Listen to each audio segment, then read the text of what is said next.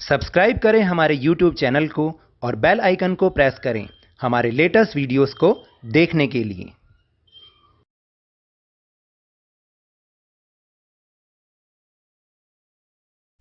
Hello and welcome to Lavneesh Sir की class. This is Directorate of Education GNCT of Delhi's worksheet number 29 and it is only for class 6th students. It has taken from the subject Social Science Geography and we will learn and understand the chapter Major Domains of the Earth, and in this chapter we'll also discuss the topic atmosphere in this worksheet. So students, आज की इस worksheet में हम chapter तो समझ ही रहे हैं major domains of the earth. उसमें हम आज एटमॉस्फेयर पर डिस्कशन करेंगे. What is atmosphere? So without wasting our time let's start and understand with me. आपको तो याद ही है ना कि लास्ट वर्कशीट में हमने हाइड्रोस्फीयर के बारे में जाना था. इस वर्कशीट में atmosphere. The earth is surrounded by a layer of gas called the atmosphere. हमारी अर्थ चारों तरफ से एक गैस की लेयर से कवर्ड है जिसको हम एटमॉस्फेयर कहते हैं, या हिंदी में हम इसे वायुमंडल कहते हैं. It provides us with the air we breathe. ये हमें वो एयर देती है जिसमें हम सांस लेते हैं, तभी तो हम जिंदा रह पा रहे हैं. The atmosphere extends up to a height of about 1600 kilometres. ये जो एटमॉस्फेयर है ना, ये 1600 किलोमीटर्स तक एक्सटेंड हो रखा है, यानी फैला हुआ है. The atmosphere is divided into 5 layers, और ये एटमॉस्फेयर 5 लेयर्स में डिवाइडेड है. कौन कौन सी? These layers starting from the earth surface are called. हम अर्थ की सरफेस से इसको शुरुआत करते हुए इसको बताते हैं, यानी जिस सरफेस पे हम रहते हैं वहाँ से हम इसको शुरू करते हैं. तो सबसे पहले the troposphere, then the stratosphere, then the mesosphere, then the thermosphere and the exosphere. याद रहेगा, the troposphere, the stratosphere, the mesosphere, the thermosphere and the exosphere. यहाँ पर एक पिक्चर भी गिवन है जिसमें बता रखा है सबसे पहले ट्रोपोस्फियर. ये सारा क्या है? ट्रोपोस्फियर. फिर इससे ऊपर स्ट्रेटोस्फियर, फिर मेसोस्फियर, फिर थर्मोस्फियर और सबसे बाहर exosphere.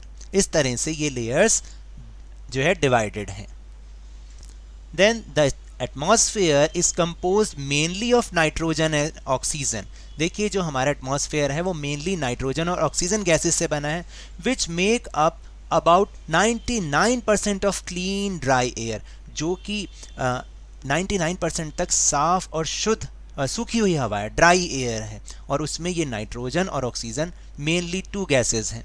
Nitrogen 78%, oxygen 21%, and the other gases like carbon dioxide, argon and other comprises 1% by volume. देखिए, हमारे इस एटमॉस्फेयर में 78% नाइट्रोजन है, 21% ऑक्सीजन है, और जो दूसरी गैसेस हैं जैसे कार्बन डाइऑक्साइड, आर्गन और जो दूसरी और चीज़ें, वो सब मिला के ओनली 1% हैं. Then oxygen is the breath of life, while nitrogen helps in the growth of living organisms. देखिए क्या होता है, जो ऑक्सीजन होती है वो हमारी ज़िंदगी के लिए बहुत ज़रूरी है क्योंकि उसमें हम ब्रीथ करते हैं, जबकि नाइट्रोजन जो है जितने भी सजीव हैं, लिविंग ऑर्गेनिज्म हैं, उनकी ग्रोथ के लिए यूज़ होता है. अब आप कहेंगे हम नाइट्रोजन तो लेते नहीं, लेकिन हम जो सब्जियां खाते हैं, हम जो पौधों से कोई भी जो सब्जी बनती है या उनके थ्रू वो हमारे अंदर जाती है और ये हमारी ग्रोथ के लिए रिस्पॉन्सिबल होती है. Then biosphere. What is biosphere? नाम से भी समझ में आता है बायोस्फीयर, जिसमें सारे लिविंग ऑर्गेनिज्म होते हैं. The biosphere is the narrow zone of contact between the land, water and air. यानी लैंड, वाटर और एयर के बीच में एक बहुत छोटा सा जोन है, उसको हम बायोस्फीयर कहते हैं. It is in this zone that life, this is unique to this planet, exists. और यही वो जोन है, यही वो पार्ट है जहाँ पर जीवन मौजूद होता है, लाइफ मौजूद है. All the living organisms including humans are linked to each other and to the biosphere for survival. देखिए जितने भी लिविंग ऑर्गेनिज्म हैं जिसमें इंसान भी शामिल है वो सभी आपस में और अपने इस बायोस्फीयर से अपनी ज़िंदगी के लिए सर्वाइवल के लिए जुड़े हुए हैं. तो ये होता है biosphere. Now let's move on our simple question answer section. Question number 1 is what is the percentage of nitrogen in the atmosphere? Answer is 78%. अभी हमने समझा ये 78% nitrogen is in the atmosphere, यानी एटमॉस्फेयर में 78% नाइट्रोजन होती है. Then second is what is the importance of oxygen in our life? Oxygen is very important for breathing. Oxygen जो है वो ब्रीदिंग के लिए, सांस लेने के लिए बहुत ज़्यादा जरूरी है, महत्वपूर्ण है. Then third question, write the layers of the atmosphere, the troposphere, the stratosphere, the mesosphere, the thermosphere and the exosphere. Then last question is what is the biosphere? The biosphere is a narrow zone of contact between the land, water and air.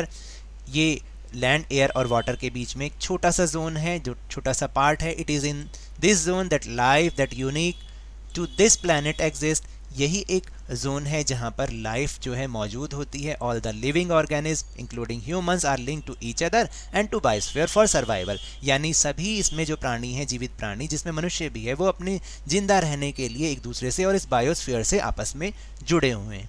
So now that's all for this worksheet. अगर मेरे इस तरह समझाने से आपको थोड़ा सा भी समझ में आया हो तो इस चैनल को ज़्यादा से ज़्यादा सब्सक्राइब कीजिए, लाइक कीजिए और बहुत ज़्यादा शेयर भी कीजिए. और हम मेरे साथ इसी तरह आसानी से वर्कशीट को समझते रहिए, लेकिन ध्यान और मन लगाकर, पूरी मेहनत और लगन के साथ, ऑनलाइन ही सही, पढ़ते जरूर रहिए. And if you want to defeat coronavirus then wash your hands with soap and water regularly and whenever is possible and availability of vaccination, इसकी वैक्सीनेशन जरूर कराएं क्योंकि कोरोना को हराना है और ज़िंदगी को एक बार फिर से सुहाना बनाना है. इसी उम्मीद के साथ थैंक यू वेरी मच.